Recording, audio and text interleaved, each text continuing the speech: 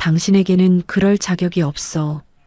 20년 전 법무법인 회의실에서 아내는 2살배기 딸을 품에 안은 채 위자료 30억 원을 거부했습니다.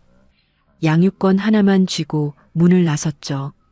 그리고 20년 후 서울대 기부행사 단상 위에 올라온 한 여학생의 얼굴을 본 순간 재벌 회장의 심장이 멈췄습니다.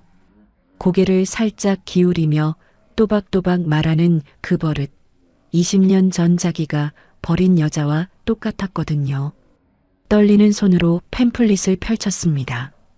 서윤아, 관악구 출신, 경영학과 수석 입학. 성이 서씨라는 걸 확인하는 순간 옆자리 교수가 물을 정도로 얼굴이 하얗게 질렸습니다. 하지만 이 남자는 몰랐습니다. 20년간 새벽 4시에 청소하러 나가면서도 딸 아침밥을 꼭 차려놓았던 전처가 이 모든 진실이 드러나는 걸 얼마나 두려워하고 있는지를, 그리고 이 비밀을 알게 된 재벌 2세 아들이 그 모녀의 인생을 어떻게 짓밟으려 했는지를. 사연 시작하기 전에 구독 눌러주시면 새로운 사연을 매일 받아보실 수 있어요. 오늘의 사연 시작합니다. 2024년 3월 서울대학교 경영대학 발전기금 기부행사장은 양복 차림의 기업인들과 교수진으로 가득 찼습니다. 성진그룹 회장 한성준이 기부자 대표 축사를 마치고 단상에서 내려오며 자리로 돌아가는 길이었죠. 다음은 신입생 대표 감사 인사가 있겠습니다. 사회자의 안내에 따라 한 여학생이 단상으로 올라갔습니다. 성준이 의자를 당기다가 멈췄습니다. 여학생이 마이크 앞에 서서 고개를 살짝 기울이며 또박또박 말하기 시작했는데 성준의 시선이 그 얼굴에 고정됐습니다. 안녕하십니까? 2024학년도 경영학과 신입생 대표 서윤아입니다. 닮은 사람도 있구나. 성준이 속으로 그렇게 중얼거리며 자리에 앉았습니다. 하지만 평소 같으면 거들떠보지도 않았을 행사 팸플릿을 집어들었죠. 신입생 대표 페이지를 펼쳤습니다. 서윤아, 서울 관악구 출신, 서울대 경영학과 수석 입학. 성준의 손가락이 성자 위에서 멈췄습니다. 관악구, 20살. 심장이 빨라지기 시작했습니다. 괜찮으십니까, 회장님? 옆자리의 경영대학장 정현식 교수가 성준의 얼굴을 들여다보며 물었습니다. 성준의 안색이 눈에 띄게 변해 있었죠. 잠깐 어지러워서 그렇습니다. 성준이 팸플릿을 덮으며 웃어 보였지만 손등에 힘줄이 도드라질 만큼 팸플릿을 쥔 손에 힘이 들어가 있었습니다. 행사가 끝난 뒤 로비로 나온 성준은 사람들 틈에서 윤아의 모습을 찾았습니다. 윤아가 출입구 쪽에 서 있었고 그 옆에 낡은 패딩 점퍼를 입은 중년 여성이 딸의 어깨를 감싸며 환하게 웃고 있었습니다. 성준이 3초간 그 여성을 바라봤습니다. 40년 전 강의실의 기억이 아니었습니다. 20년 전 법무법인 회의실에서 마지막으로 마주 앉았던 아내의 얼굴이 떠올랐습니다. 성준이 기둥 뒤로 몸을 돌렸습니다. 차 돌려. 비서실장 오태식에게 그 한마디만 남기고 성준이 로비를 빠져나갔습니다. 그날 밤 한남동 자택 서재. 성준이 책상 앞에 앉아 서랍을 열었습니다. 서랍 안쪽에서 오래된 사진 한 장을 꺼냈죠. 돌잔치 때 찍은 사진이었습니다. 갓 돌이 지난 아이를 안고 웃는 젊은 남자의 모습. 성준이 사진을 내려놓고 오태식을 불렀습니다. 오늘 행사에서 신입생 대표를 한 서윤아라는 학생, 상세 신상을 알아봐. 다만 직접 접촉은 하지 말고 공개 정보 범위 안에서만. 알겠습니다. 오태식이 고개를 숙이고 나갔습니다. 28년간 성준을 수행하면서 매년 6월 17일이면 아무 이유 없이 서재에 틀어박히는 회장의 석관을 오태식은 알고 있었습니다. 한 번도 이유를 물은 적이 없었죠. 그날만큼은 회장의 일정을 슬쩍 비워놓는 것이 오태식 나름의 방식이었습니다. 하지만 오늘 밤의 성주는 그 6월 17일과는 다른 기색이었습니다. 사흘 뒤 오태식이 보고서를 들고 서재에 들어왔습니다. 성진그룹 사회 공헌팀을 통해 서울대 장학금 수혜자 정보에서 서윤아의 기본 신상을 확인한 것이었죠. 보호자명 김미영입니다. 성준의 눈이 한순간 감겼다 떠졌습니다. 오태식도 이 일이 단순한 호기심이 아니라는 걸 직감했습니다. 성준이 서랍에서 이혼 합의서 사본을 꺼내 책상 위에 펼쳤습니다. 그리고 전화기를 들어 번호를 눌렀습니다. 최 변호사, 나야. 그때 그 합의서 말이야. 내가 먼저 접촉하면 법적으로 문제가 되나? 전화기 너머로 법무법인 대표 최정환의 목소리가 들렸습니다. 합의서상 접근 금지 조항은 김미영 씨 쪽에만 있으니까 회장님이 접촉하시는 건 계약상 제한은 없습니다. 다만 상대가 원하지 않는데 반복 접촉하시면 스토킹 관련 법에 저촉될 수 있으니 신중하셔야 합니다. 성준이 전화를 끊고 합의서를 다시 들여다봤습니다. 20년 전의 활자가 눈앞에서 흔들렸습니다. 같은 시각 관악구의 작은 투룸 빌라. 윤아와 미영이 부엌 식탁에 마주 앉아 미역국을 먹고 있었습니다. 미영이 직접 끓인 합격 기념 미역국이었죠. 엄마, 오늘 행사장에서 이상한 느낌이 들었어. 윤아가 숟가락을 내려놓으며 말했습니다. 기부자 중에 한 분이 내가 인사하는 동안 계속 나를 쳐다보더라고. 표정이 좀 이상했어. 미영의 손에 들린 숟가락이 찰나 멈췄습니다. 그런 사람도 있지. 우리 딸이 대견해서 그랬겠지. 미영이 웃어 보이며 미역국을 한술 떴지만 이미 행사 좌석 배치도에서 성진그룹이라는 이름을 받던 미영의 입꼬리가 미세하게 떨렸습니다. 윤아가 잠든 밤 미영이 오래된 옷장 서랍을 열었습니다.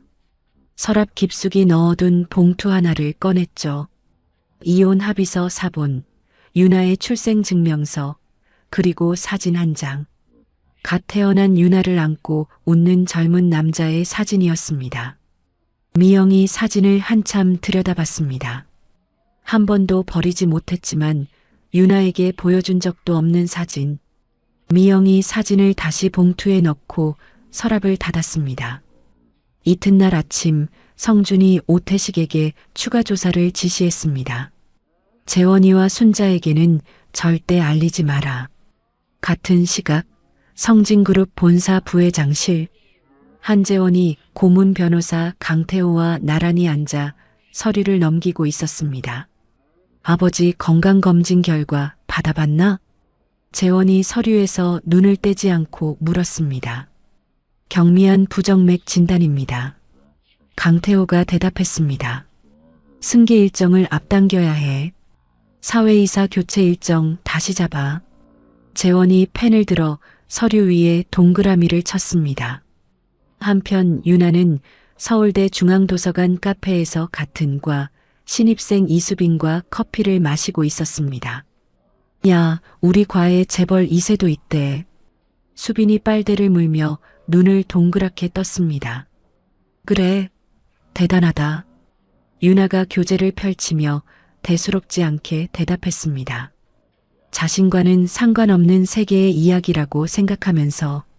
같은 시각 미영이 한식당 마감을 끝내고 새벽 청소를 나가기 전 잠깐 쉬며 은정에게 문자를 보냈습니다. 윤아가 서울대 행사에서 성진그룹이 기부자로 와 있었다고 하더라. 설마 그 사람이 직접 온 건 아니겠지? 은정의 답이 바로 왔습니다. 글쎄, 걱정되면 내가 알아볼까? 미영이 전화기를 내려놓고 창밖을 봤습니다. 20년간 봉인해 두었던 불안이 행사 하나로 다시 수면 위로 떠오르고 있었습니다. 일주일 뒤 관악구 골목 안쪽의 작은 꽃집 앞에 검은색 세단 한 대가 멈춰 섰습니다. 성준이 차에서 내려 은정의 꽃집이라고 적힌 간판을 올려다봤습니다. 양복 차림의 60대 남자가 좁은 꽃집 문을 열고 들어서자 카운터 뒤에서 꽃다발을 다듬던 최은정이 고개를 들었습니다. 20년 만에 찾아와서 뭘 원하시는 거예요? 은정이 가위를 내려놓으며 차갑게 말했습니다. 은정 씨, 나 좀 앉아서 이야기할 수 있겠소? 성준이 꽃양동이 사이에 놓인 작은 의자를 가리켰습니다. 은정이 팔짱을 끼고 서서 고개를 까딱했습니다. 앉으라는 뜻이었죠. 서울대 행사에서 윤아를 봤소. 미영이도 봤고. 성준이 의자에 걸터 앉으며 말했습니다. 그래서요?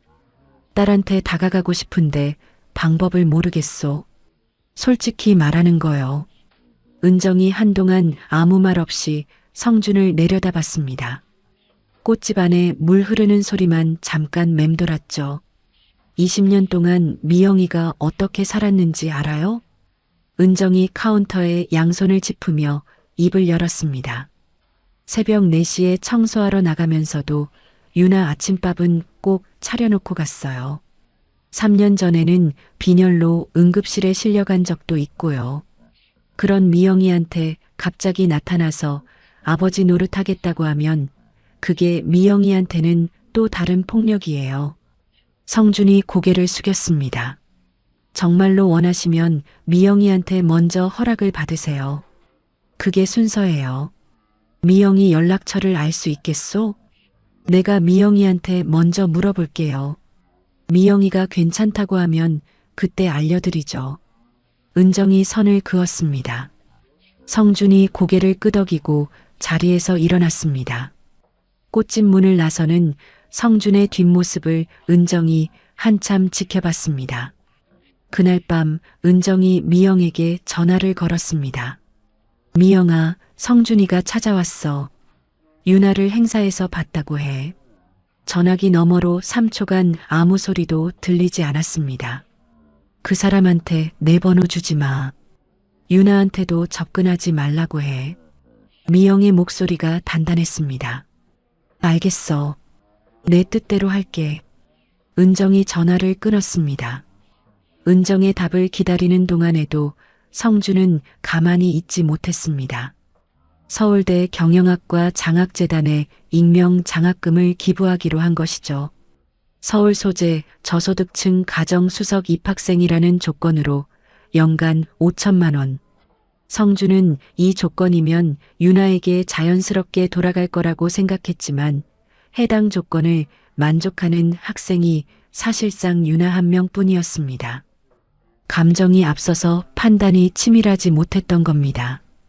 이 장학금 기부를 처리한 사회공헌팀 이과장이 업무 보고를 하면서 부회장 비서 정민수에게 무심코 한마디를 흘렸습니다.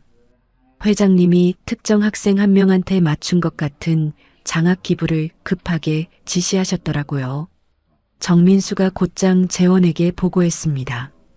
특정 학생이요?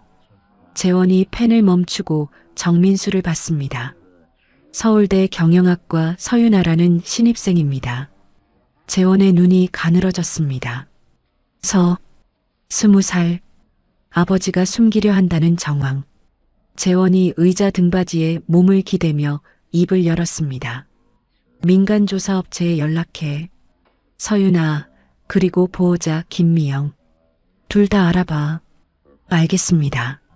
정민수가 고개를 숙이고 나갔습니다. 며칠 뒤 민간조사업체가 보고서를 올렸습니다. 법원 이혼 판결문 열람 서비스를 통해 확인한 내용이었죠. 한성준과 김미영 사이에 자녀가 있었으며 양육권이 미영에게 갔다는 사실이 판결문에 기재되어 있었습니다. 재원이 보고서를 읽고 곧장 어머니 순자에게 전화를 걸었습니다. 어머니, 아버지한테 이혼 전에 딸이 있었어요. 지금 서울대에 다니고 있고요. 전화기 너머로 순자의 숨소리가 거칠어졌습니다. 절대로 그 아이가 성진가에 발을 들이게 해서는 안 된다. 너의 아버지가 감정적으로 흔들리기 전에 선을 그어야 해. 순자의 목소리가 낮고 단호했습니다. 강태호 변호사한테 연락해라. 그 여자와 아이를 법적으로 차단할 수 있는 모든 방법을 검토하라고.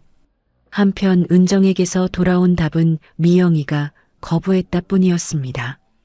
열흘을 기다렸지만 달라진 건 없었죠. 성준이 결국 자체적으로 확보한 미영의 휴대전화 번호로 직접 전화를 걸었습니다. 은정과의 약속을 어기는 행동이었습니다.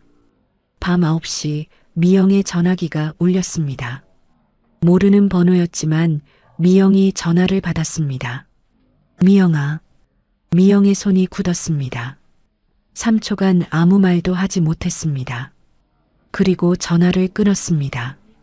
이후 10번 넘게 전화가 울렸지만 미영은 단 한 번도 받지 않았습니다. 미영이 부엌 싱크대에 양손을 짚고 한참을 서 있었습니다. 방문이 열리는 소리가 났죠. 유나가 물을 마시러 나왔습니다. 미영이 재빨리 표정을 고쳐 앉았습니다. 엄마, 눈이 빨개. 많이 피곤해? 양파 썰다가 그래. 유나가 물컵을 들고 방으로 돌아갔습니다. 미영이 곧바로 은정에게 전화를 걸었습니다. 성준이가 내 번호로 직접 전화했어. 네가 준 거 아니지? 나는 안 줬어. 그 사람이 다른 경로로 알아낸 것 같아. 당분간 모르는 번호는 받지 마. 은정이 곧장 성준에게 전화를 걸었습니다. 미영이가 안 된다고 했는데 왜 직접 전화한 거예요? 이러면 나도 더 이상 중간 다리를 서줄 수 없어요. 조급했소? 미안하오. 성준이 전화를 끊고 오태식을 불렀습니다. 당분간 미영 쪽에는 일체 접촉하지 않는다. 다른 방법을 찾아야 해. 그러나 성준이 접촉을 자제하기로 한 바로 그 주 금요일 오후 회장실 문이 예고 없이 열렸습니다. 재원이 서류 봉투를 한 손에 들고 들어왔습니다. 아버지, 서윤아라는 학생한테 왜 장학금을 주셨습니까? 성준의 손이 책상 위에서 멈췄습니다. 제가 모를 거라고 생각하셨습니까? 재원이 봉투에서 서류를 꺼내 책상 위에 내려놓았습니다. 그 학생이 아버지의 이혼 전 자녀라는 건 이미 확인했습니다. 성준이 서류를 한 장씩 넘겼습니다. 민간조사업체의 보고서였죠. 성준이 서류를 덮고 재원을 올려다봤습니다. 네가 이걸 왜 조사했느냐? 아버지의 사적인 문제가 그룹 승계에 영향을 줄 수 있기 때문입니다. 이 아이는 그룹과 아무 관계가 없다. 지금은 없죠. 하지만 아버지가 계속 관여하시면 달라집니다. 법적으로 아버지 딸로 등록이 되면 상속권이 생깁니다. 두 사람의 시선이 책상 위에서 부딪혔습니다. 회장실 안의 공기가 무겁게 가라앉았습니다. 그날 밤 성준이 자택 서재에서 불을 켜놓은 채 의자에 앉아 있었습니다. 20년 전의 선택이 정말 옳은 것이었는지를 처음으로 근본부터 되묻고 있었죠. 같은 시각 순자가 재원에게 전화를 걸었습니다. 내 아버지 반응이 어땠어? 흔들리고 있어요. 강태호 변호사한테 법적 차단 검토 서두르라고 하세요. 전화를 끊은 뒤 은정이 미영에게 다시 전화를 걸었습니다. 성준이가 당분간 접촉 안 하겠다고 했어. 그런데 그 사람 성격상 오래 못 참을 거야. 미영아, 네가 먼저 대비를 해두는 게 좋겠어. 유나가 언젠가는 알게 될 수도 있어. 미영이 창밖을 바라보며 천천히 입을 열었습니다. 나도 알아. 하지만 그때가 지금이면 안 돼. 유나가 대학 생활에 적응하고 자리 잡을 때까지만이라도. 4월 중순 서울대 법학전문대학원 연구동 4층 노혜진 교수가 연구실 컴퓨터 앞에서 경영대학 게시판에 올라온 신입생 대표 연설 영상을 재생하고 있었습니다. 화면 속 여학생의 이름이 눈에 들어왔죠. 서윤아. 노혜진이 마우스를 쥔 손을 멈추고 의자 등받이에 몸을 기댔습니다. 20년 전 신입 변호사 시절의 기억이 떠올랐습니다. 노혜진이 전화기를 들었다가 내려놓았습니다. 직접 찾아가서는 안 된다는 걸 알고 있었죠. 당시 소송의 대리인으로서 비밀을 지켜야 할 의무가 있었으니까요. 미영의 의사를 먼저 확인해야 했습니다. 그런데 20년 전 연락처는 이미 바뀌어 있었고 학교 행정실에 보호자 연락처를 요청했지만 개인정보 보호 규정으로 거절당했습니다. 노혜진이 기억을 더듬었습니다. 당시 법정 증인으로 섰던 여자, 최은정. 인터넷 검색창에 관악구 은정 꽃집을 입력했습니다. 여보세요, 은정의 꽃집입니다. 혹시 최은정 씨이십니까? 저는 노혜진이라고 합니다. 20년 전에 김미영 씨의 이혼 소송을 담당했던 변호사입니다. 전화기 너머로 은정이 잠깐 침묵했습니다. 그때 미영이 변호사님이셨죠? 네. 서울대에 서윤아라는 학생이 입학했는데 미영 씨의 딸이 맞는지 확인하고 싶습니다. 그리고 미영 씨의 의사를 먼저 확인하지 않고는 그 학생에게 어떤 이야기도 할 수 없어서 연락드렸습니다. 제가 미영이한테 물어보고 연락드릴게요. 은정이 전화를 끊고 곧바로 미영에게 전화를 걸었습니다. 미영아, 20년 전에 내 소송 맡았던 노혜진 변호사 기억나? 지금 서울대 법대 교수래. 유나가 내 딸인 것 같다면서 연락이 왔어. 유나한테 직접 말하기 전에 내 의사를 먼저 확인하고 싶대. 긴 침묵이 흘렀습니다. 그 교수님이 유나한테 직접 말하는 건 내가 막을 수는 없잖아. 미영의 목소리가 떨렸습니다. 하지만 내가 직접 말할 수는 없어. 유나가 알게 되면 나를 원망할 것 같아서 겁이 나. 은정이 노혜진에게 다시 전화를 걸었습니다. 미영이가 적극적으로 동의한 건 아닌데 막지도 않았어요. 다만 교수님이 유나한테 말할 때 미영이가 왜 숨겼는지 그 사정을 꼭 함께 전해달래요. 그건 당연한 겁니다. 노혜진이 전화를 끊고 유나에게 연락을 넣었습니다. 법대 연구실에서의 면담을 요청한 것이죠. 다음 날 오후 노혜진의 연구실 문을 열고 들어온 유나는 경계심 가득한 표정이었습니다. 앉으렴. 노혜진이 소파를 가리키며 말했습니다. 유나가 가방끈을 잡은 채 소파 끝에 걸터 앉았습니다. 갑자기 부르셔서 무슨 일인지 단도직입적으로 말하마. 나는 20년 전 내 어머니의 이혼 소송을 담당한 변호사였다. 노혜진이 책상 서랍에서 서류 봉투를 꺼내 유나 앞에 놓았습니다. 당시 법무법인 재직 증명서와 사건 번호가 적힌 표지, 그리고 소장 사본, 합의서 사본, 가족관계 증명서 사본. 내 아버지는 성진그룹 회장 한성준이다. 유나가 피식 웃었습니다. 교수님, 그게 무슨... 노혜진이 서류를 펼쳐 유나 앞으로 밀었습니다. 유나가 서류를 집어들었습니다. 한 장, 두 장 넘기는 유나의 손끝이 점점 떨리기 시작했습니다. 가족관계 증명서 사본에서 아버지란의 이름을 본 순간 유나의 손이 완전히 멈췄습니다. 내 어머니가 거짓말을 한 게 아니다. 노혜진이 차분한 목소리로 이야기를 이어갔습니다. 이혼 당시 아버지 쪽에서 위자료 30억 원을 제시했다. 내 어머니는 전부 거절했어. 돈으로 딸의 아버지를 지우고 싶지 않다고 했지. 양육권만 달라고 했다. 내가 양육비라도 받으라고 설득했는데 끝까지 거절했어. 내 어머니는 너를 보호하려고 숨긴 거다. 유나가 서류를 무릎 위에 내려놓고 고개를 들었습니다. 왜 나한테는 선택할 기회조차 주지 않은 거예요? 그건 내 어머니한테 직접 물어야 할 질문이다. 아니요. 20년이에요. 20년 동안 아빠가 누군지도 모르고 살았는데 왜 나한테는 한 번도 물어보지 않은 거예요? 노혜진이 아무 말하지 않고 유나를 바라봤습니다. 유나의 눈에 눈물이 차올랐지만 흘러내리지는 않았습니다.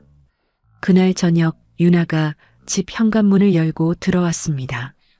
미영이 부엌에서 된장찌개를 끓이고 있었죠. 유나가 부엌 입구에 서서 미영의 등을 바라봤습니다. 엄마. 미영이 돌아봤습니다.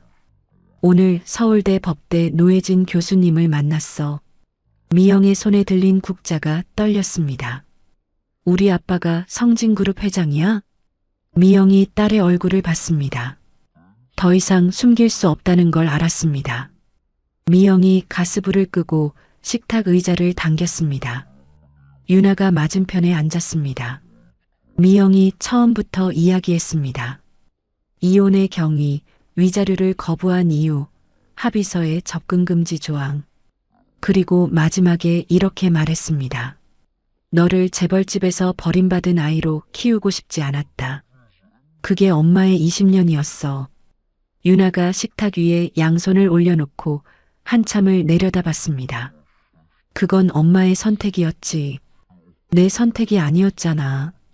유나가 자리에서 일어나 방으로 들어가며 문을 닫았습니다. 미영이 식탁에 그대로 앉은 채 2시간을 움직이지 못했습니다. 자정이 넘어서야 미영이 은정에게 전화를 걸었습니다. 유나가 다 알게 됐어. 노혜진 교수님이 말했는데 나한테 먼저 물어봤었다며. 내가 막을 수 있었는데 못 막았어. 미영의 목소리가 처음으로 흔들렸습니다.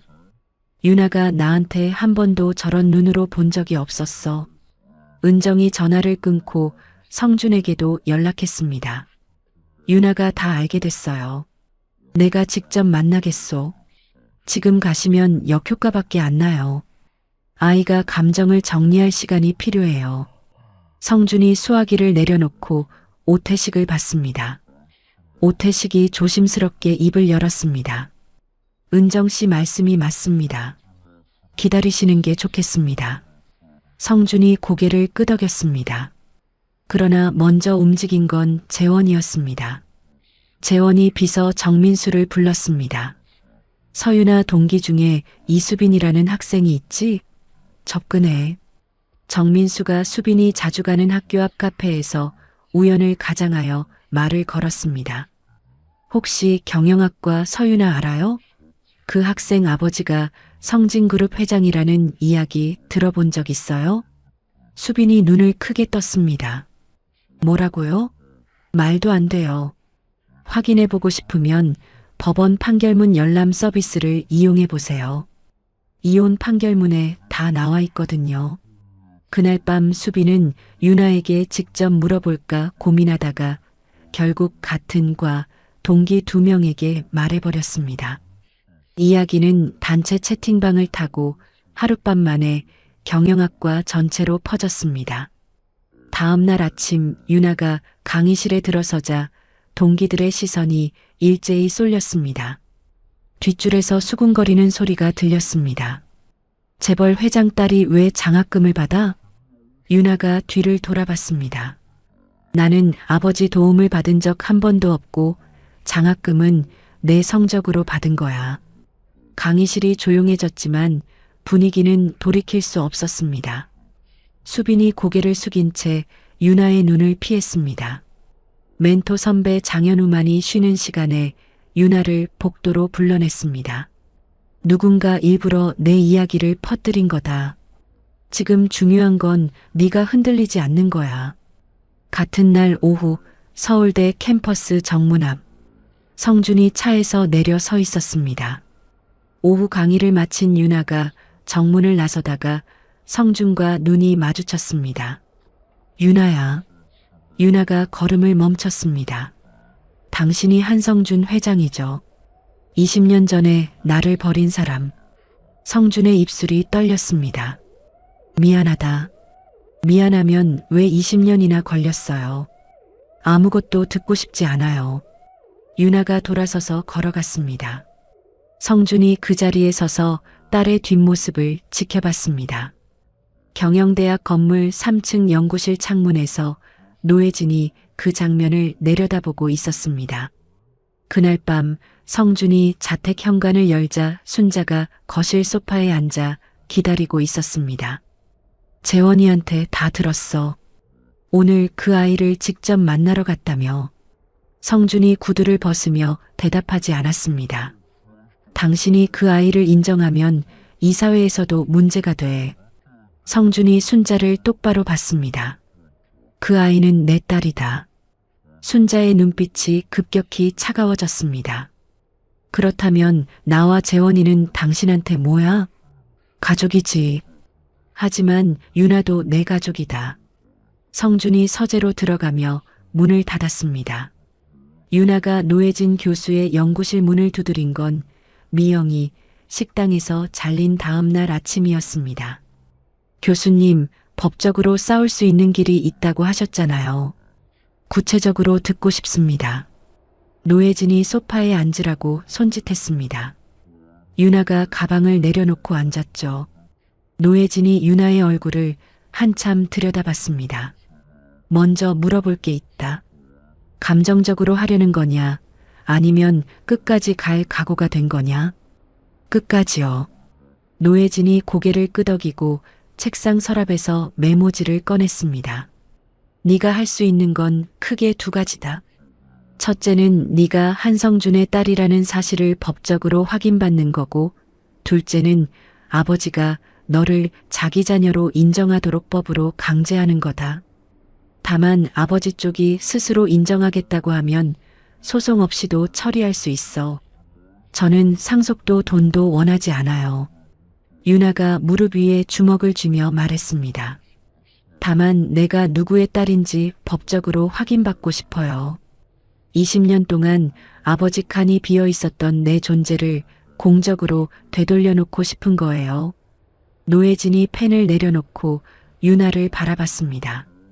그렇다면 먼저 상대편한테 스스로 인정할 의사가 있는지 물어보고 거부하면 그때 소송을 거는 게 순서다. 다만 이건 결과를 장담할 수 없어. 시간도 걸리고. 괜찮습니다. 노혜진이 자리에서 일어나 창문 쪽으로 걸어갔습니다. 그리고 하나 더. 20년 전 합의서에 너의 권리를 미리 포기시키는 조항이 있었는데 이건 아이의 기본적인 권리를 침해한 거라서 무효를 다툴 여지가 충분하다. 내가 직접 법률 자문을 해주마. 유나가 자리에서 일어나 노혜진에게 허리를 깊이 숙였습니다. 감사합니다, 교수님. 그날 저녁 유나가 집으로 돌아와 며칠간 닫아두었던 미영의 방문을 열었습니다. 미영이 침대에 앉아 이력서를 쓰고 있었죠. 유나가 미영 옆에 나란히 앉았습니다. 엄마, 미안해. 미영이 펜을 멈추고 딸을 봤습니다. 엄마가 나를 지키려고 그랬다는 거 이제 조금은 알 것 같아. 미영이 대답 대신 유나를 안았습니다. 두 팔에 힘이 들어갔고 미영의 어깨가 작게 떨렸습니다. 그날 밤 모녀는 좁은 방에서 나란히 누워 며칠간 끊어졌던 이야기를 다시 나눴습니다. 한편 성준은 재원이 미영의 일자리에 압력을 넣은 사실을 오태식의 보고로 확인한 뒤 재원에게 직접 대응하는 대신 이사회에 장학재단 설립을 공식 안건으로 올렸습니다.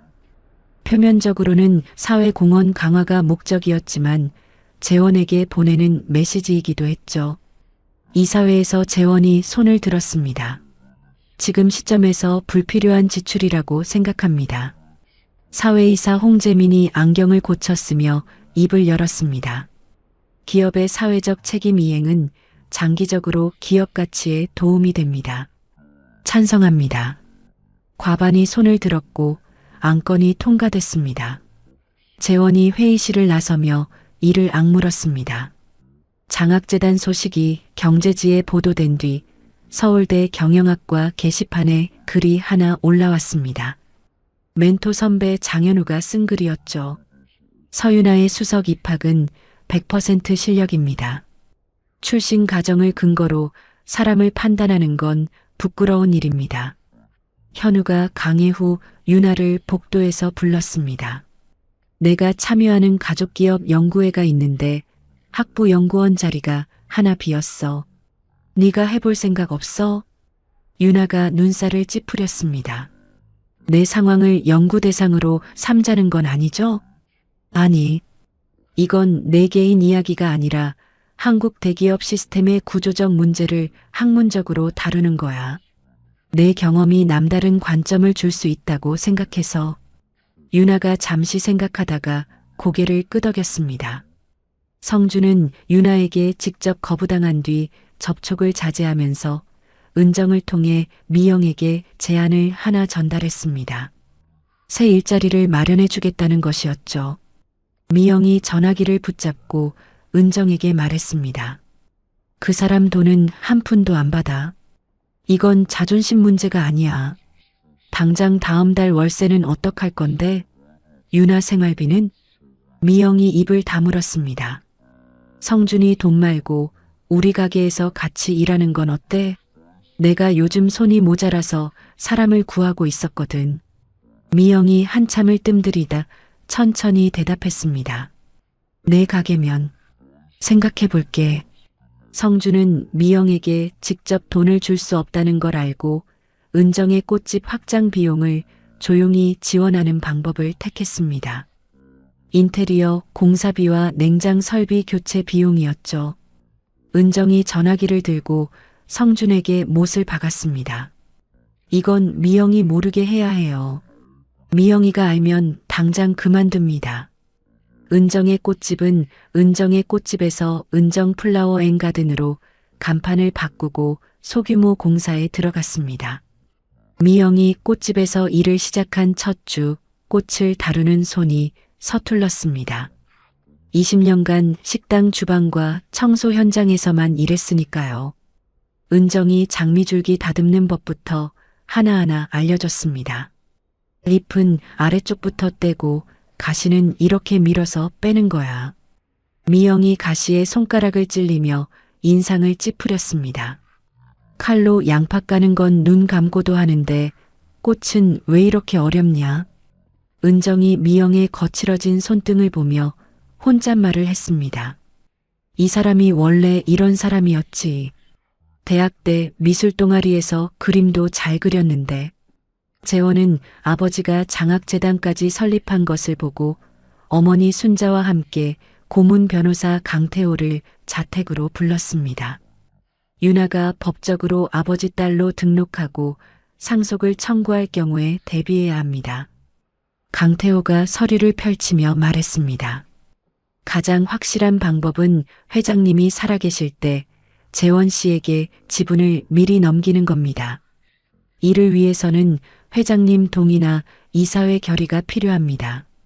재원이 고개를 끄덕였습니다. 그때 현관벨이 울렸습니다.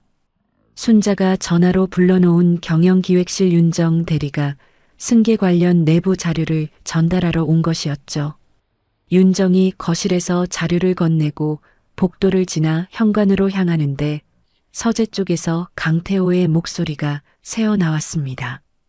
해외 법인을 활용한 사회이사 매수 자금 조달 가능성도 검토해 봐야 합니다. 윤정이 걸음을 멈추지 않았습니다. 표정도 바꾸지 않았죠. 하지만 공인회계사 출신인 윤정의 머릿속에서 해외 법인과 매수 자금이라는 두 단어가 맞물렸습니다.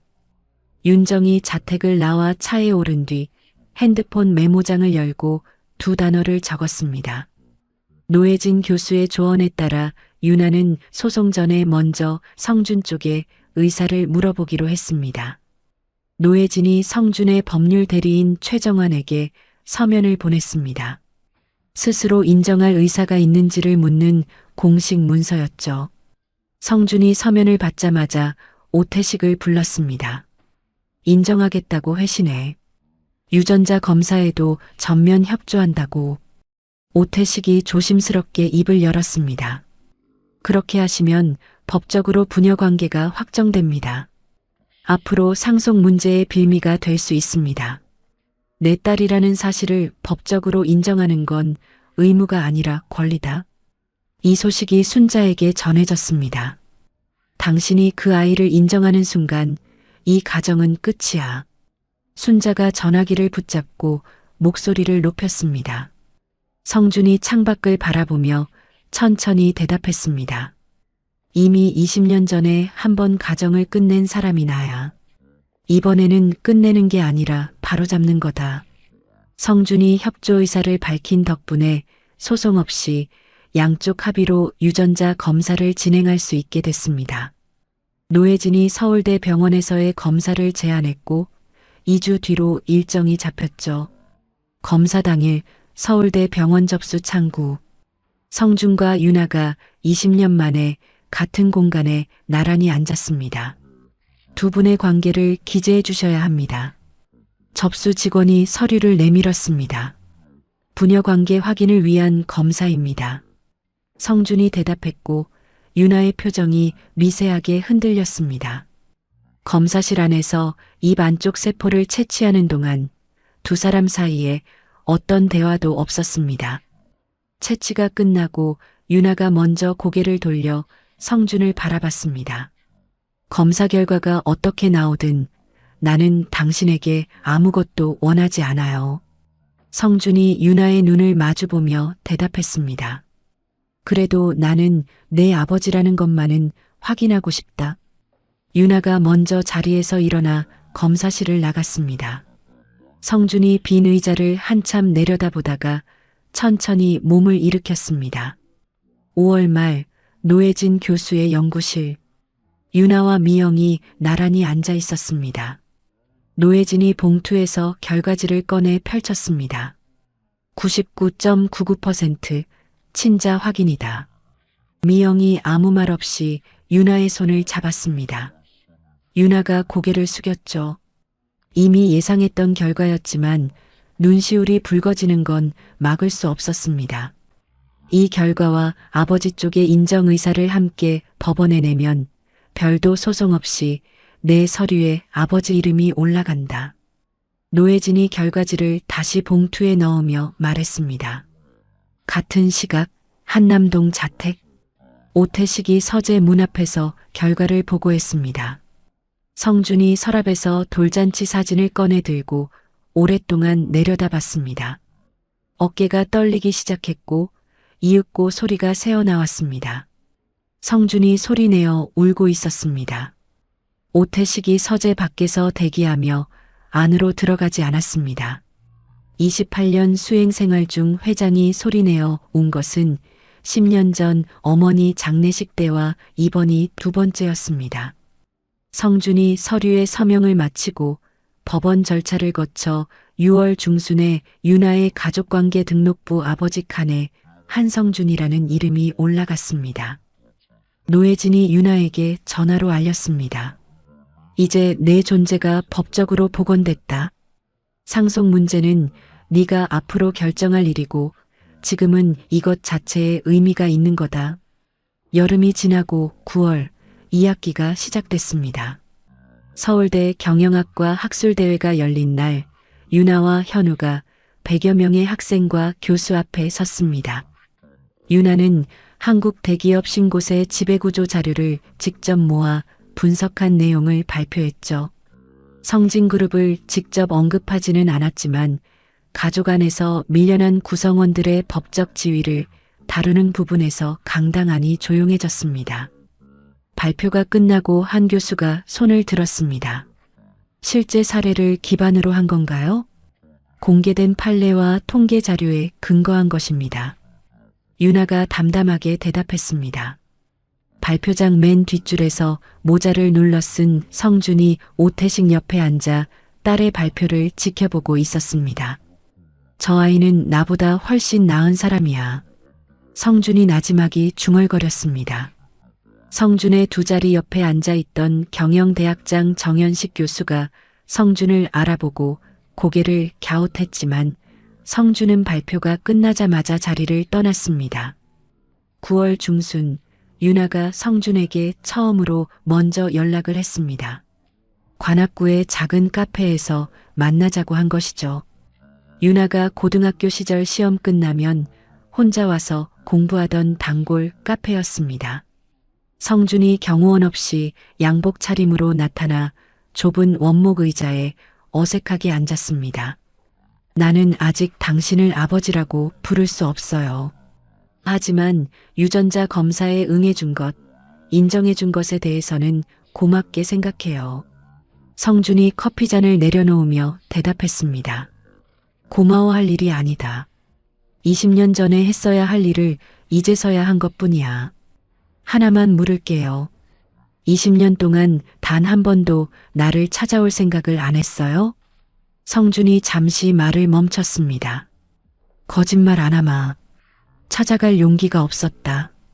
네가 나를 원망할 게 두려웠고 내 어머니가 잘 키우고 있다는 걸 핑계로 삼았다. 유나가 커피잔을 감싼 채 한참을 내려다봤습니다. 적어도 거짓말은 안 하는 사람이라는 건 알겠네요. 두 사람이 처음으로 1시간 동안 마주 앉아 이야기를 나눴습니다. 며칠 뒤 수빈이 강의 후 유나를 붙잡았습니다. 유나야, 학기 초에 내 뒤에서 수군거린 거 정말 미안해. 수빈이 고개를 숙이며 말했습니다. 처음에 어떤 남자가 카페에서 말을 걸면서 내 이야기를 흘렸어. 나는 가십이라고 생각했는데 내가 퍼뜨린 게 너한테 큰 상처가 됐다는 걸 뒤늦게 알았어. 내 잘못이 아니야. 그 사람들이 너를 이용한 거지. 옆에 있던 동기 박지훈이 끼어들었습니다. 솔직히 나도 처음에 편견이 있었는데 같이 과제해보니까 유나가 제일 분석력이 뛰어나더라. 같은 시기 은정의 꽃집에서 일한 지 석 달이 지난 미영에게도 변화가 찾아왔습니다. 꽃을 다루는 솜씨가 부쩍 늘어서 단골들이 저분이 만든 꽃다발이 예쁘다고 지목할 정도가 됐죠. 미영아, 동네 문화센터에서 꽃꽂이 자격증 과정하는 거 알아? 네가 한번 들어봐. 은정이 꽃을 다듬으며 말했습니다. 이 나이에 무슨 자격증이야. 네가 대학 때 미술 동아리에서 그림 그리던 감각 기억 안 나? 꽃도 똑같아. 미영이 결국 문화센터 주말반에 등록했습니다. 첫 수업에서 만든 작품을 강사 한소연이 유심히 들여다봤습니다. 색조합 감각이 독특하세요. 전문 과정을 배워보시는 게 어때요? 미영이 놀란 눈으로 강사를 봤습니다. 20년 만에 처음으로 자기만의 영역을 가질 수 있다는 생각이 스쳤죠. 유나는 어머니가 꽃집에서 돌아올 때 손에 꽃잎물이 들어있는 걸 봤습니다. 식당 일을 할 때는 늘 세제와 기름 냄새가 배어있던 손이었는데 엄마, 오늘은 뭐 배웠어? 작약은 수줍음이고 프리지어는 순결이래. 미영이 앞치마를 벗으며 웃었습니다. 모녀의 저녁 대화에 처음으로 일의 고단함이 아닌 소소한 즐거움이 끼어들었습니다. 10월 성준이 이사회에서 장학재단의 구체적 운영 계획을 발표했습니다. 재단 이름은 서윤장학재단으로 확정하겠습니다. 재원과 순자의 얼굴이 굳었습니다. 사회이사 홍재민이 입을 열었죠. 사회공헌 활동에 개인명을 활용하는 건 해외 기업에서도 일반적입니다. 적절하다고 봅니다. 이사회가 이를 승인했고 경제지 보도 이후 성진그룹 주가가 소폭 올랐습니다. 재단 발표 뒤 유나가 성준에게 두 번째 만남을 요청했습니다. 이번에는 미영까지 셋이서 관악구의 조용한 한식당에서 만났죠. 미영과 성준이 20년 만에 마주 앉았습니다. 나는 당신을 용서할 생각 없어. 하지만 유나가 아버지를 알고 싶다면 그건 유나의 권리야. 미영이 성준의 눈을 똑바로 보며 말했습니다. 미안하다는 말이 20년의 무게를 감당할 수 없다는 걸 안다. 그래도 말아마. 미안하다. 성준이 고개를 숙였습니다. 오늘은 그냥 밥이나 먹자.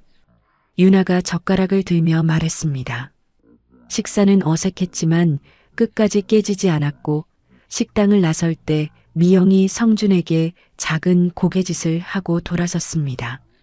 11월의 어느 날 저녁 미영이 꽃집 마감을 마치고 평소보다 늦게 귀가하던 중이었습니다. 관악구 골목길을 걷던 미영이 갑자기 휘청거렸습니다. 눈앞이 까맣게 좁아지더니 무릎이 먼저 꺾였죠. 미영이 그대로 바닥에 주저앉았습니다. 지나가던 대학생이 달려와 119에 전화를 걸었습니다. 새벽 1시 윤아의 전화기가 울렸습니다. 서울대 병원이었습니다.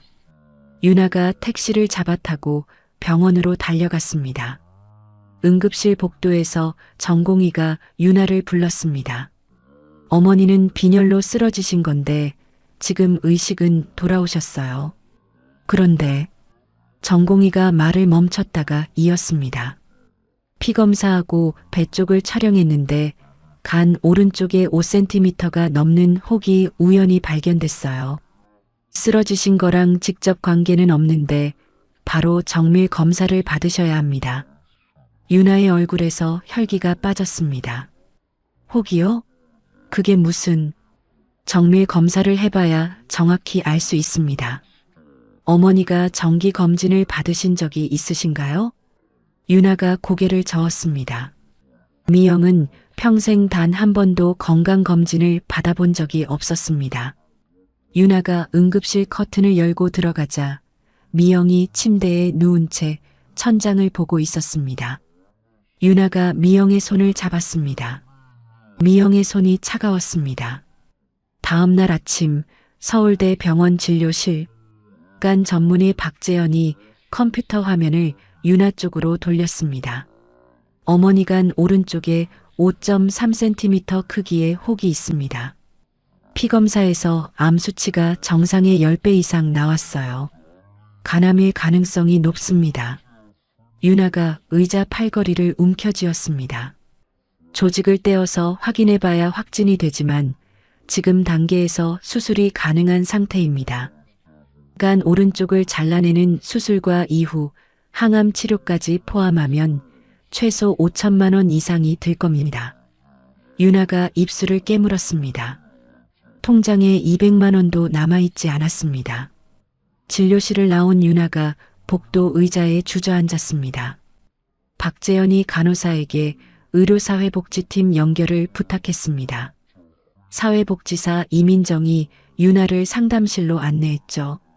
긴급 의료비 지원 제도가 있고 암 환자 등록을 하시면 본인 부담금이 줄어듭니다. 국립암센터 쪽 의료비 지원 사업도 신청할 수 있어요. 그게 얼마나 걸려요? 긴급 지원 심사에 최소 2주는 걸립니다. 등록 후에도 본인 부담금이 꽤 됩니다. 윤아가 고개를 숙였습니다. 수술은 지금 당장 해야 하는데 행정 절차는 2주가 걸린다는 말이었습니다. 윤아가 할 수 있는 모든 곳에 연락했습니다. 학자금 대출은 이미 한도가 차 있었고 은정이 꽃집 수익에서 500만 원을 보태겠다고 했지만 수술비에는 턱없이 모자랐죠. 현우가 학과 차원의 모금을 제안했고 수빈이 온라인 모금을 이야기했지만 윤아가 고개를 저었습니다. 엄마가 모르는 사람들한테 동정받는 거 싫어할 거야. 미영은 병상에서 윤아의 손을 잡으며 말했습니다. 치료비 걱정하지 마. 엄마가 알아서 할게. 하지만 20년간 보험 하나 제대로 들지 못한 미영에게 어떤 대비책도 없었습니다.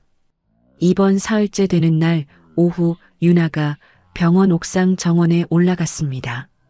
차가운 바람이 불었지만 한참을 서 있었죠. 윤아가 주머니에서 전화기를 꺼냈습니다.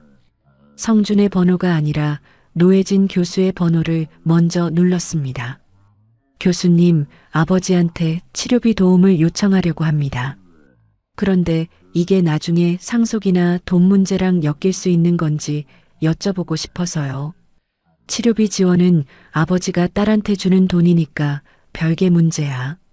걱정되면 빌려주는 형식으로 계약서를 써두면 법적으로 깔끔하다. 감사합니다. 윤아가 전화를 끊고 성준의 번호를 눌렀습니다. 손가락이 떨렸습니다. 성준이 전화를 받자마자 윤아의 목소리가 흔들리는 걸 알아챘습니다. 당일 오후 예정되어 있던 투자자 간담회를 취소하고 30분 만에 서울대 병원에 도착했죠. 병원 1층 로비에서 윤아가 성준을 기다리고 있었습니다. 이건 돈을 빌리는 거예요. 노혜진 교수님한테 부탁해서 계약서를 쓸 겁니다.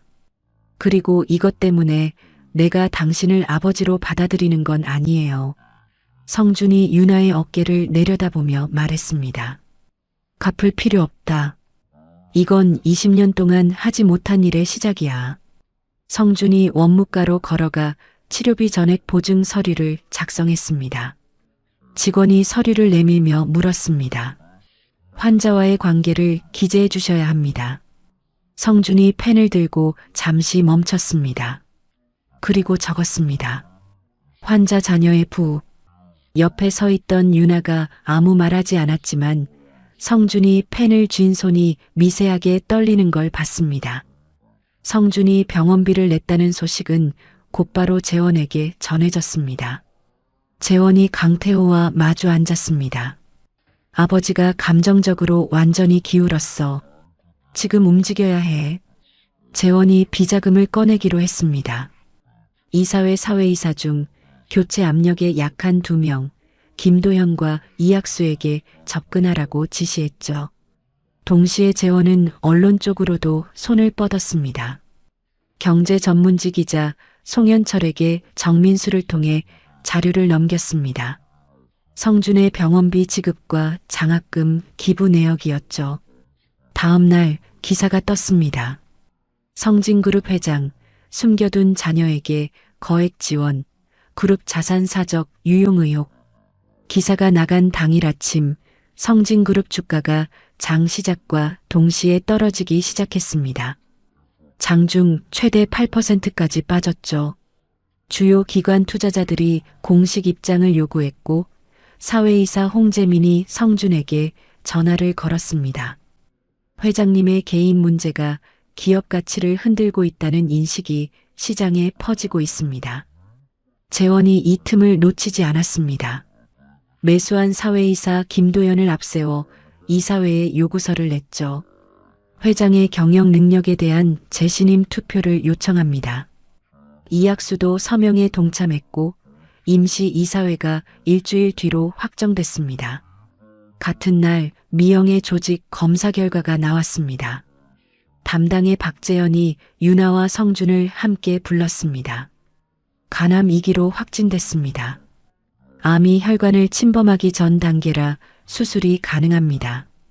2주 안에 수술하는 게 가장 좋습니다. 유나가 진료실을 나와 복도 끝 창가에 섰습니다. 어머니의 수술을 앞두고 자기 때문에 아버지의 회사가 흔들리고 있다는 사실이 동시에 짓눌렀죠. 노혜진에게 전화를 걸었습니다. 교수님, 내가 아버지 딸이라는 걸 확인하지 않았으면 이런 일이 없었을 텐데요. 네가 존재하는 게 잘못이냐?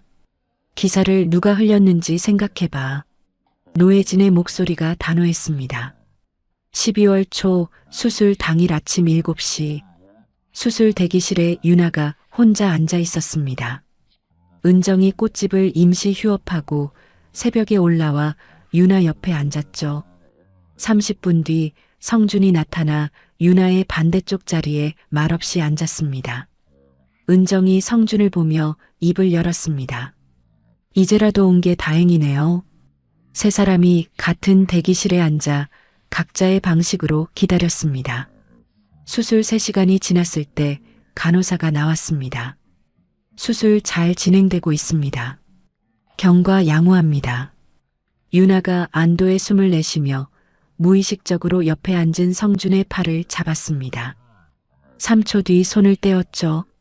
그 짧은 순간 성준이 유나의 손을 살며시 감싸쥐었습니다.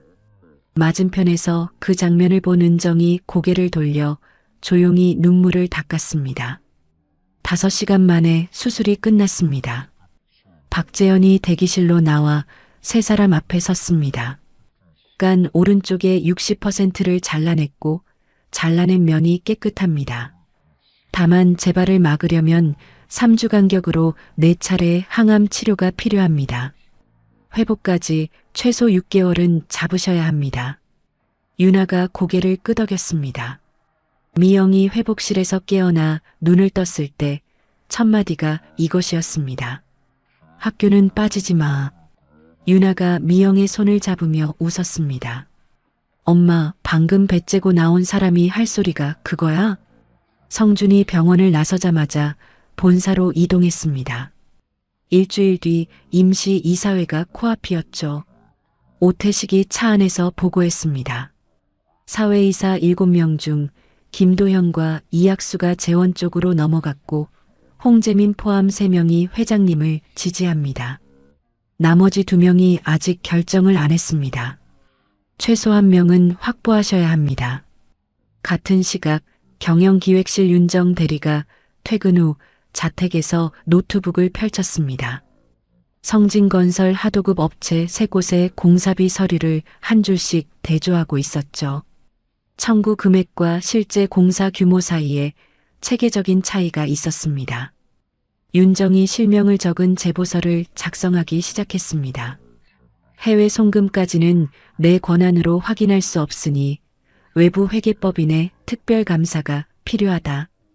윤정이 제보서 마지막 줄에 그렇게 적고 감사위원회 앞으로 봉투를 봉했습니다. 감사위원장 오승철이 제보서를 받아 읽은 뒤 곧바로 외부 회계법인에 긴급 감사를 의뢰했습니다. 3일간의 조사가 진행됐죠. 하도급 업체의 거짓 서류뿐 아니라 홍콩과 싱가포르를 거쳐 국내로 되돌아온 돈의 흐름까지 약 47억 원 규모의 전체 구조가 드러났습니다. 이 보고서가 완성된 건 임시 이사회 하루 전이었습니다. 임시 이사회 전날 밤 재원이 강태호와 마지막 점검을 하고 있었습니다. 김도현, 이학수 둘 다 확인됐습니다. 정민수가 보고했죠. 재원이 어머니 순자에게 전화를 걸었습니다. 내일 아버지를 끌어내리겠습니다. 같은 시각 성준이 오태식의 전화를 받았습니다. 감사위원회에서 내일 이사회에 긴급 안건을 추가하겠다고 통보해 왔습니다. 내용은 비공개입니다. 성준이 전화기를 내려놓고 창밖을 바라봤습니다. 임시 이사회 당일 아침 성진그룹 본사 18층 대회의실, 이사진 전원이 자리에 앉았습니다. 재원이 양옆에 김도현과 이학수가 앉아 있는 걸 확인하고 숨을 내쉬었습니다. 회의가 시작되자마자 감사위원장 오승철이 자리에서 일어났습니다. 재신임 투표에 앞서 감사위원회 긴급 보고가 있습니다. 오승철이 이사진에게 보고서를 한 부씩 돌렸습니다. 표지에 적힌 제목을 본 재원의 얼굴에서 혈색이 빠졌습니다. 부회장 한재원의 비자금 조성 및 배임 혐의에 관한 특별감사 결과 보고서. 오승철이 보고서를 펼치며 입을 열었습니다. 부회장 한재원이 성진건설 하도급 업체 3곳을 통해 약 47억 원의 비자금을 조성한 사실이 외부 회계법인의 감사를 통해 확인됐습니다. 자금은 홍콩과 싱가포르의 서류상 회사를 거쳐 국내 차명 계좌로 되돌아왔고 4년간의 흐름이 모두 추적됐습니다. 대회의실이 고요해졌습니다. 오승철이 보고서를 한 장 넘겼습니다. 보고서 후반부에 사회이사 매수 시도에 관한 내용이 있습니다. 접근 일시와 경로가 기재되어 있으니 확인해 주시기 바랍니다. 김도현이 자리에서 벌떡 일어나려 했습니다. 이사회가 끝날 때까지 착석해 주십시오. 오승철이 김도현을 제지했습니다. 홍재민이 보고서를 덮으며 입을 열었죠. 이 보고서 내용이 사실이라면 부회장의 재신임 투표 요구 자체가 경영을 흔들 목적의 범죄 행위에 해당할 수 있습니다. 이사회는 만장일치로 재신임 투표를 철회했습니다. 이어서 재원에 대한 부회장직 해임과 검찰 고발이 의결됐죠. 오승철이 재원을 바라보며 말했습니다. 부회장직 자진 사임을 권고합니다. 사임하지 않으실 경우 이사회가 해임 절차를 진행합니다. 재원이 자리에서 일어나 회의실을 나서며 정민수에게 말했습니다. 강태호한테 연락해. 하지만 강태호는 전화를 받지 않았습니다. 보고서에 자신의 자문 내역까지 포함된 걸 이미 알고 있었으니까요. 재원의 해임 소식이 그날 저녁 뉴스 속보로 나갔습니다. 다음 날 검찰이 성진건설 본사와 재원 자택에 압수수색 영장을 집행했고 재원의 문제가 정리됐다는 판단에 성진그룹 주가는 이틀 연속 올라 기사 이전 수준을 회복했습니다.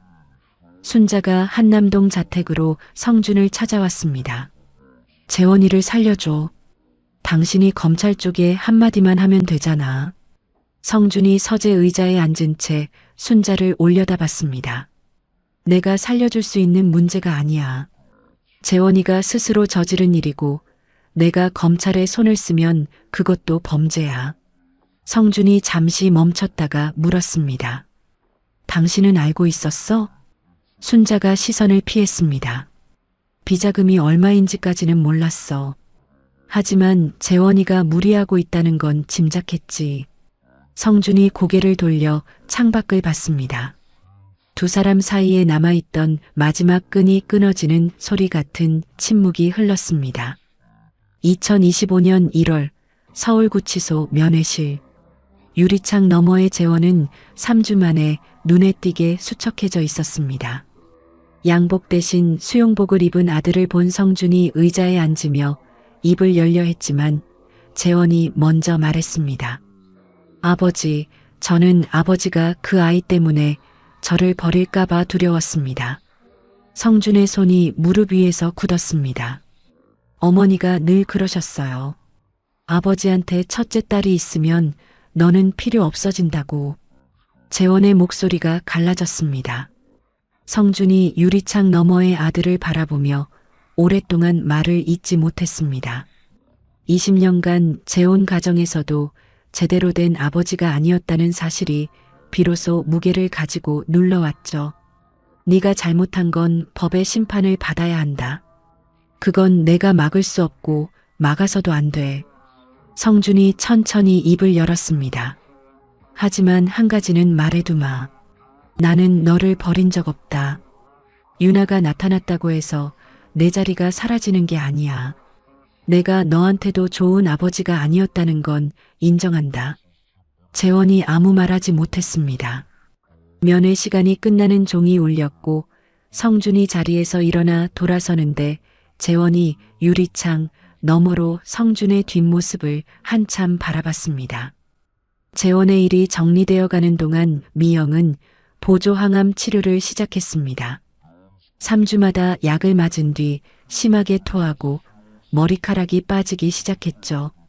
유나가 매일 오전 수업 후 병원으로 달려왔고 현우는 유나가 빠진 강의 녹음 파일과 노트 정리본을 매일 보내줬습니다.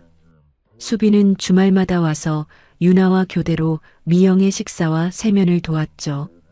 은정이 일주일에 2번 이상 병실을 찾아왔습니다.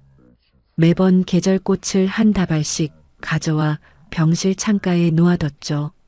미영이 항암 치료로 머리카락이 빠져두건을 쓰고 있을 때 은정이 봉투 하나를 내밀었습니다. 이거 내가 만들었어. 꽃무늬가 수놓아진 2건이었습니다. 내가 디자인하고 미영이 네가 바느질하면 이거 팔아도 되겠다. 미영이 오랜만에 소리내어 웃었습니다. 그리고 그 2건 위에 펜으로 꽃을 그려넣기 시작했죠. 성준은 치료비 전액을 부담하면서 유나가 간병과 학업을 함께 할 수 있도록 병원 근처 원룸을 마련해 주겠다고 제안했습니다. 유나가 이번에는 바로 거절하지 않았습니다. 감사합니다. 하지만 노혜진 교수님한테 부탁해서 빌리는 형태로 계약서를 쓸게요. 졸업 후에 갚겠습니다. 성준이 전화를 끊은 뒤 서재에 앉아 한참 동안 천장을 봤습니다. 유나가 처음으로 감사합니다라고 한 말이 귓가에 맴돌았죠. 성준의 눈에서 조용히 눈물이 흘러내렸습니다. 2월 미영의 2번째 항암이 끝난 뒤 박재현이 검사 결과를 확인하고 유나와 미영을 불렀습니다. 암 수치가 정상으로 떨어졌고 사진에서도 남아있는 혹이 보이지 않습니다. 경과가 아주 좋습니다. 유나와 미영이 병실에서 서로를 안고 울었습니다. 유나가 성준에게 직접 전화했죠. 아버지, 엄마 수치가 정상으로 돌아왔대요. 전화기 너머에서 성준이 한참 말을 잇지 못했습니다. 전화를 끊은 성준이 은정에게 연락했습니다. 미영이가 좋아하는 흰색 작약 한 다발만 병실에 보내줄 수 있겠소? 다음날 미영의 병실에 흰색 작약 꽃다발이 도착했습니다. 카드에는 아무 이름도 적혀 있지 않았죠. 미영이 꽃다발을 내려다보다가 은정에게 전화했습니다. 작약을 보낸 사람, 그 사람이지? 그래. 미영이 창밖을 한참 바라봤습니다. 그 사람이 내가 작약을 좋아하는 걸 아직 기억하고 있었구나. 20년 전 결혼식 때 미영이 들었던 부케가 흰색 작약이었습니다. 미영이 그 꽃을 창가에 놓고 매일 물을 갈아줬습니다. 3월 순자가 성준을 찾아왔습니다. 처음에는 여전히 재원의 구명을 요구했지만 구치소 면회에서 재원이 한 말이 2달 내내 순자의 머릿속을 떠나지 않았습니다. 어머니가 그렇게 말씀하셨기 때문에 내가 재원이한테 잘못된 걸 가르쳤어. 아이를 불안하게 만든 건 나였어. 순자가 거실 소파에 앉은 채 고개를 숙이며 말했습니다. 이혼 서류를 준비할게. 위자료는 정당한 목만 받겠어. 성준이 맞은편에 앉아 순자를 바라봤습니다. 당신도 이 결혼의 피해자야. 아버지 유언 때문에 시작된 결혼이었으니까.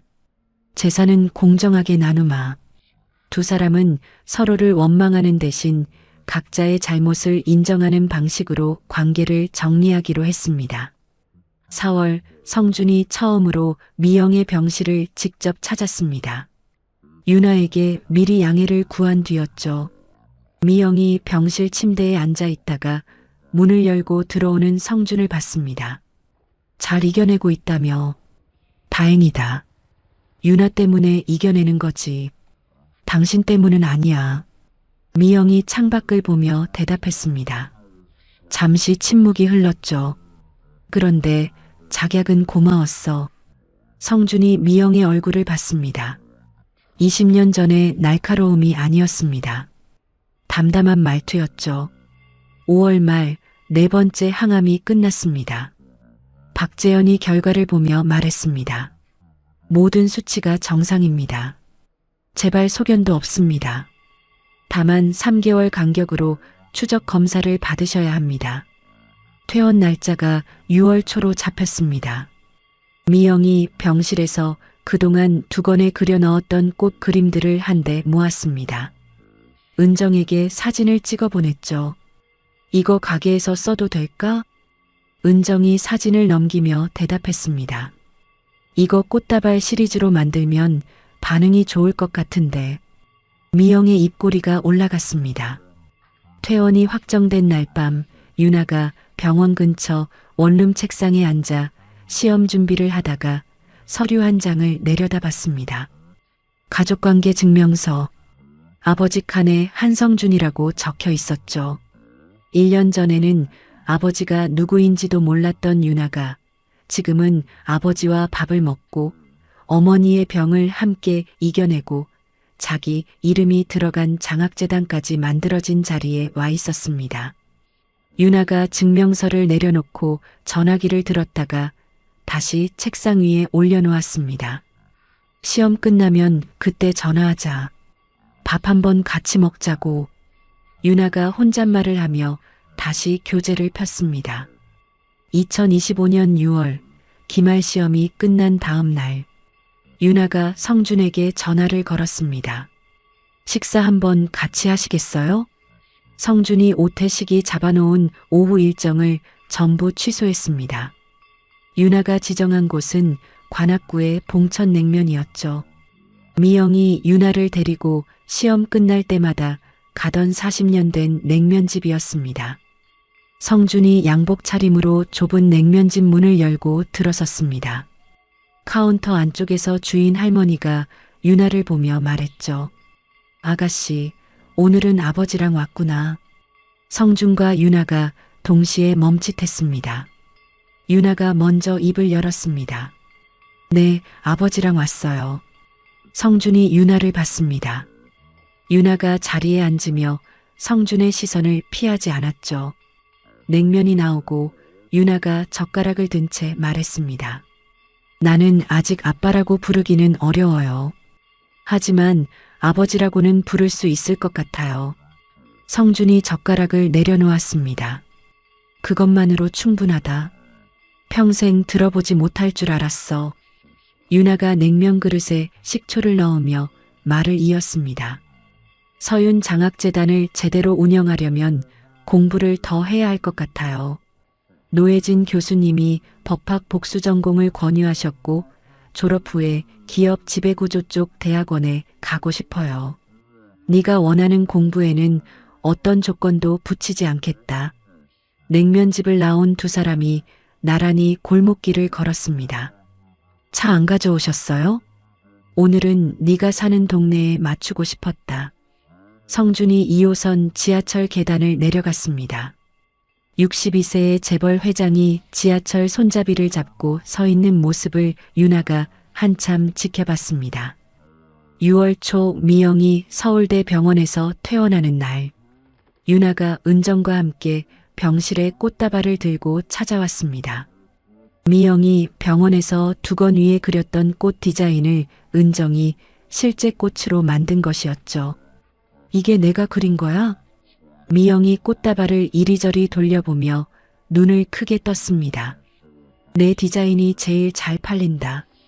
빨리 나와서 더 그려. 은정이 웃으며 미영의 팔을 잡았습니다. 반년 만에 병원 밖으로 나온 미영이 햇볕을 쬐며 눈을 가늘게 떴습니다. 유나가 미영의 한쪽 팔을 잡고 은정이 반대쪽을 잡았죠. 세 사람이 천천히 병원 정문을 걸어 나갔습니다. 9월 서울중앙지방법원 재원의 1심 선고가 있었습니다.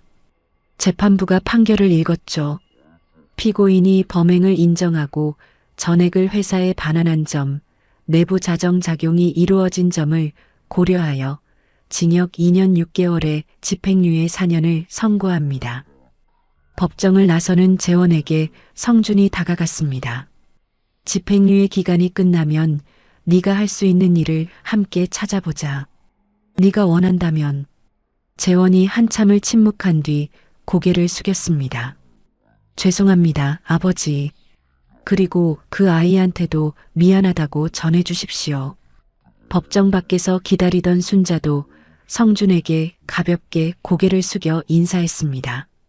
내부 고발의 당사자였던 윤정 대리는 인사상 불이익 없이 내부감사팀 과장으로 승진했습니다. 승진 인사 면담에서 윤정이 성준에게 말했죠. 제가 제보한 건 회장님을 위해서가 아니라 회사가 투명해야 한다고 생각했기 때문입니다. 그게 맞다. 회사가 투명해야 사람이 지켜진다. 10월 서윤 장학재단의 첫 장학생 선발 행사가 서울대 강당에서 열렸습니다. 저소득층 가정 출신 신입생 10명에게 등록금 전액과 생활비가 최대 4년간 지원되는 자리였죠. 학생이사 자격으로 유나가 단상에 올랐습니다. 저는 어려운 환경에서 자랐지만 어머니의 희생 덕분에 여기까지 왔습니다. 여러분도 환경이 아닌 자기 의지로 여기 서 있는 겁니다. 이 장학금은 동정이 아니라 여러분이 받아야 할 기회의 회복입니다.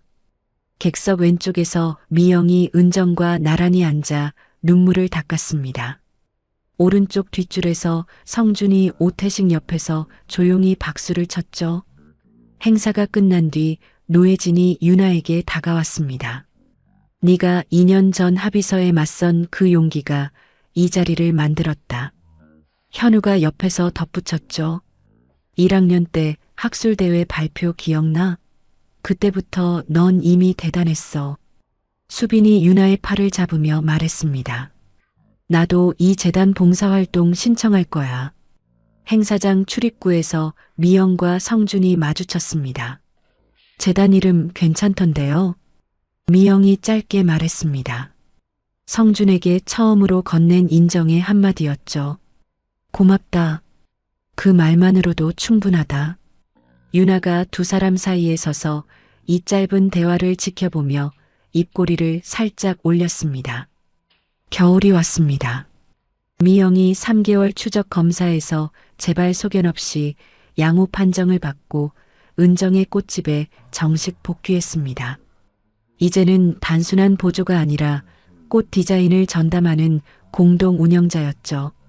이번 중 2권에 그렸던 디자인을 살린 미영 컬렉션 꽃다발 시리즈가 동네 온라인 게시판에서 입소문을 타기 시작했습니다. 미영이 유나에게 명함 한 장을 내밀었습니다. 김미영, 플로리스트, 은정 플라워 앵가든. 엄마도 이제 내 이름으로 사는 거다. 유나가 명함을 받아들며 웃었습니다. 엄마는 원래 늘 자기 이름으로 살았잖아. 김미영이라는 이름으로 나를 키우고 새벽에 일하고 병까지 이기고. 카운터 뒤에서 은정이 손을 저었습니다. 나도 울 것 같으니까 그만해. 세 여자가 함께 웃었습니다. 12월 성진그룹 정기 주주총회. 성준이 회장직에서 물러나 명예회장으로 자리를 옮기겠다고 선언했습니다. 마지막 인사에서 성준이 마이크 앞에 섰죠. 나는 회사를 키우는 데는 성공했지만 사람을 지키는 데는 실패한 사람이었습니다. 앞으로 남은 시간은 사람을 지키는 데 쓰겠습니다. 순자와의 합의 이혼이 확정된 뒤 성준이 한남동 대저택을 순자에게 넘기고 서초구의 작은 아파트로 이사했습니다. 유나가 처음 새 집에 왔을 때 거실을 둘러보며 말했죠. 여기 좁다. 충분해. 한남동 집보다 이 집이 더 내 집 같다. 성준이 직접 내린 커피를 유나에게 건넸습니다. 주말이면 성준이 관악구 봉천냉면에서 유나와 밥을 먹는 게 일과가 됐습니다. 가끔 미영도 합류해서 셋이 한 테이블에 앉았죠. 주인 할머니가 카운터 안에서 셋을 바라보며 혼잣말을 했습니다. 이 가족은 참 늦게 만났지만 정이 있어. 2026년 2월 노혜진 교수의 연구실. 유나가 법학 복수전공 교재를 안은 채 소파에 앉아 있었습니다. 처음에는 아버지를 찾겠다는 게 아니었어요. 내가 누구인지를 증명하고 싶었던 것 같아요. 이제는 내가 누구인지 알아요.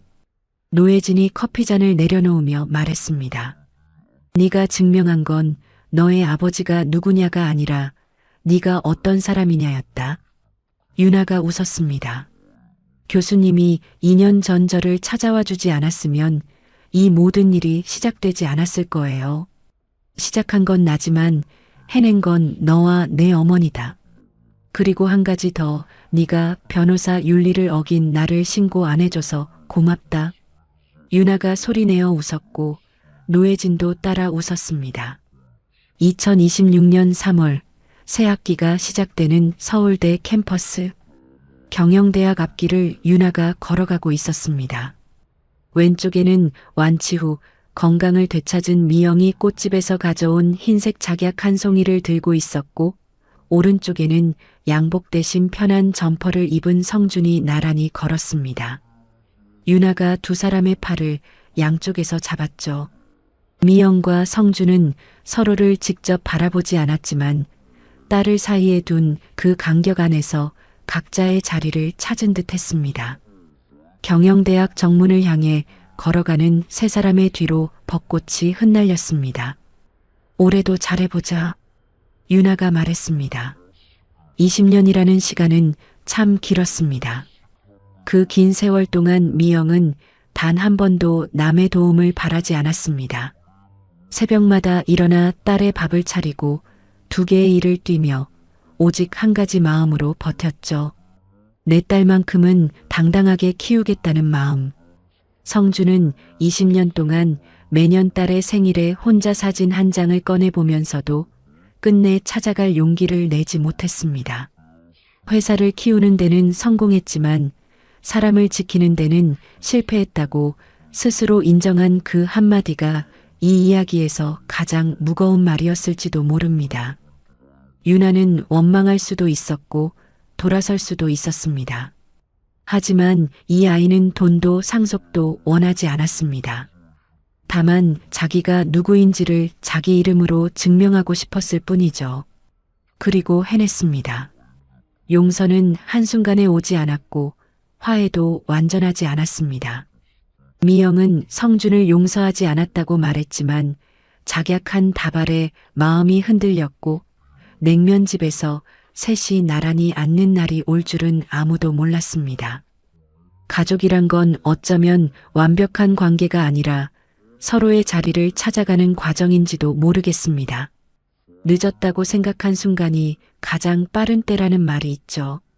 이 이야기가 여러분의 마음에도 작게나마 남았으면 좋겠습니다.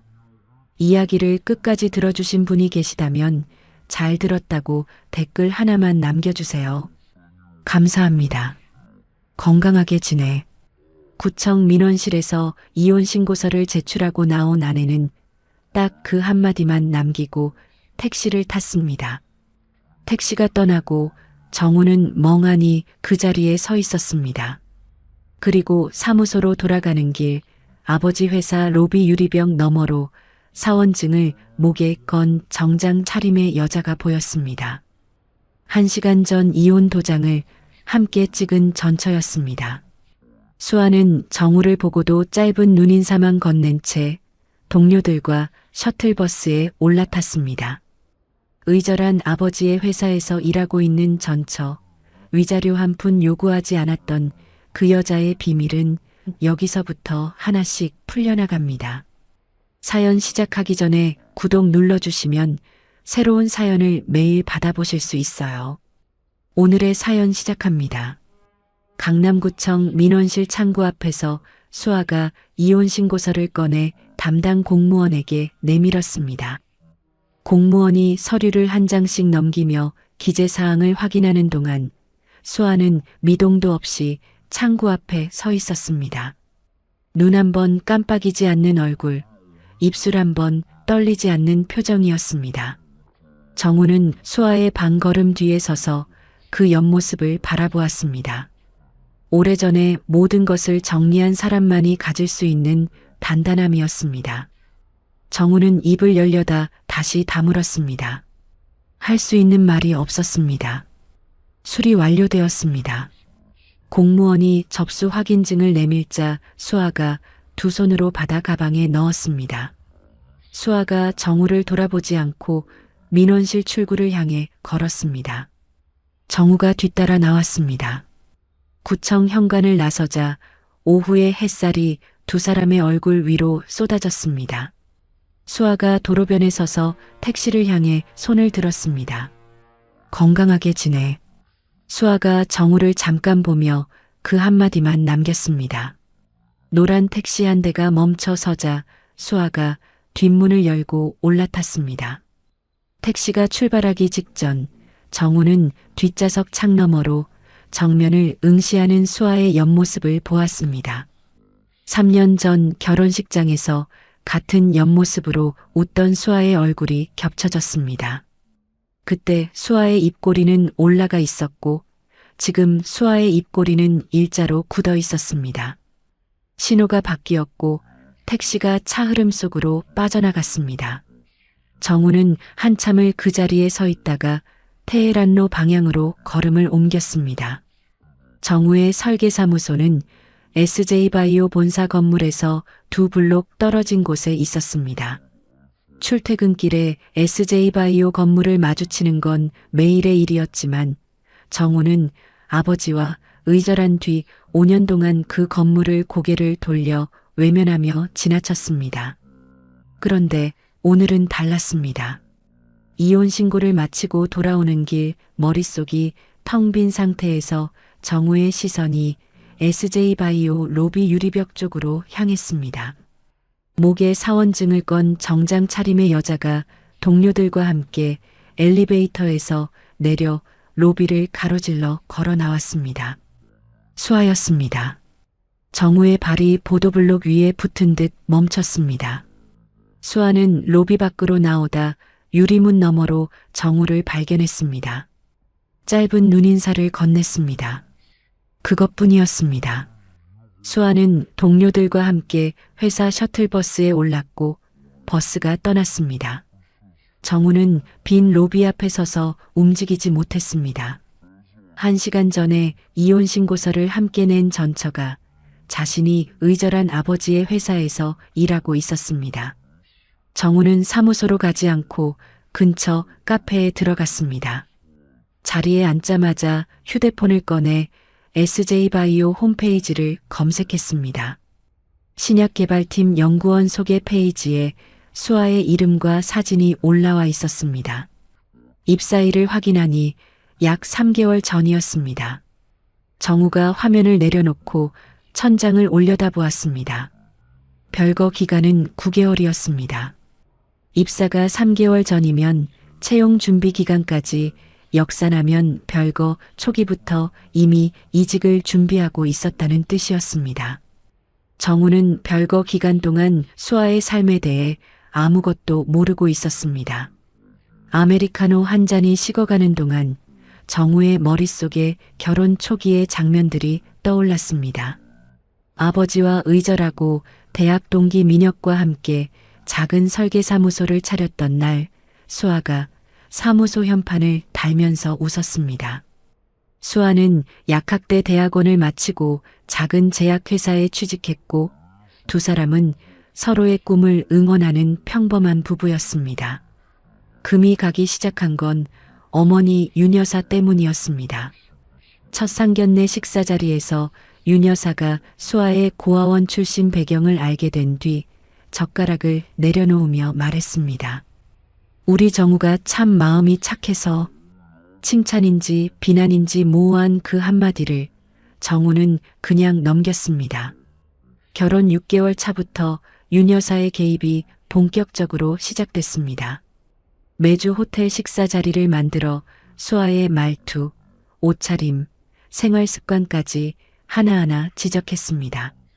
재벌가 며느리가 중소제약회사에서 밤늦게까지 일하는 꼴이 보기 좋으냐? 그만둬. 수아가 고개를 저었습니다. 어머니, 이 일은 제가 오래 준비해온 일입니다. 윤 여사는 그날 밤 정우에게 전화를 걸었습니다. 내 아내가 시어머니 말을 대놓고 무시하더라. 정우는 어머니의 전화를 끊고 수아에게 전화를 걸었습니다. 수아의 전화를 끊고 다시 어머니에게 전화를 걸었습니다. 어느 쪽에도 분명한 말을 하지 못했습니다. 정우는 스스로 중립이라고 생각했습니다. 수아에게 그 중립은 남편이 나를 지켜주지 않는다는 절망이었고 윤 여사에게는 내가 하는 일이 허락된 것이라는 확인이었습니다. 결혼 1년 반이 지났을 때 수아가 연구하던 신약 후보 물질이 학회에서 주목을 받기 시작했습니다. 윤 여사는 그 소식을 듣고 얼굴을 일그러뜨렸습니다. 며느리가 바깥에서 이름을 날리면 집안이 어떻게 되겠느냐. 수아는 그날 밤 부엌에서 설거지를 하다가 수세미를 든 채 한참 동안 움직이지 않았습니다. 결혼 2년 차 윤 여사가 정우에게 단둘이 만나자고 했습니다. 이 결혼은 처음부터 잘못됐다. 제대로 된 집안의 여자를 다시 만나라. 정우는 아무 대답도 하지 못했습니다. 같은 시기 수아가 연구하던 신약 프로젝트가 회사의 자금난으로 중단됐습니다. 결혼도 일도 동시에 무너져 내리고 있었습니다. 프로젝트가 중단된 직후 수아는 대학원 시절 지도교수였던 강도연 교수를 찾아갔습니다. 강 교수는 수아의 실력을 누구보다 잘 아는 사람이었습니다. 다른 곳을 알아봐라. 내 연구를 이어갈 수 있는 곳으로. 강 교수가 업계 소식 하나를 전했습니다. SJ바이오가 수아의 전공 분야에 대규모 투자를 준비하고 있다는 것이었습니다.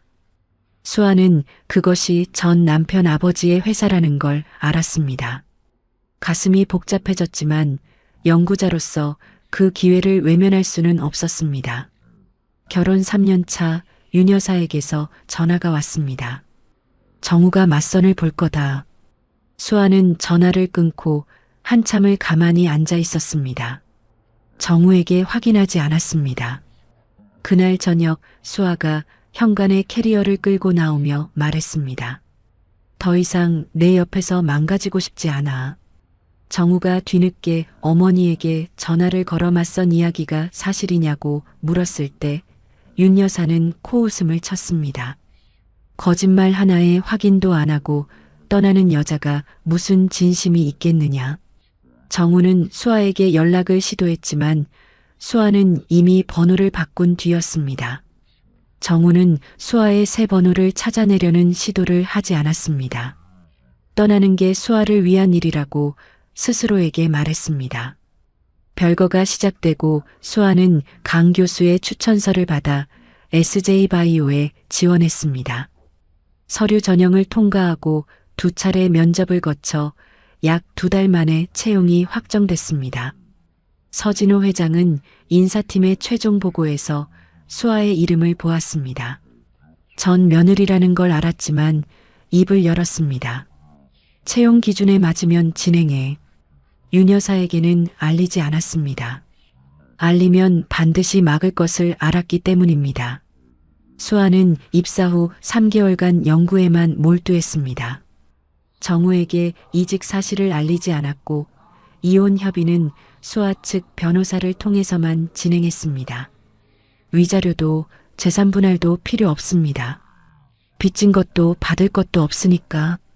정우는 수아의 단호함에 반론 한마디 하지 못하고 합의서에 서명했습니다. 카페에서 휴대폰 화면을 끈 정우가 사무소로 돌아왔습니다. 텅 빈 책상 앞에 앉았습니다. 별거 초기부터 이직을 준비한 것, 위자료 한 푼 요구하지 않은 것, 이혼 직후 회사 로비에서 보았던 그 당당한 걸음걸이가 하나의 메시지처럼 정우의 머릿속을 채웠습니다.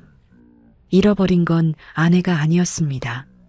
아내를 지킬 수 있었던 수많은 순간이었습니다. 그날 저녁 정우가 민혁에게 전화를 걸었습니다. 오늘 SJ바이오 앞에서 수아를 봤어. 뭐? 거기서?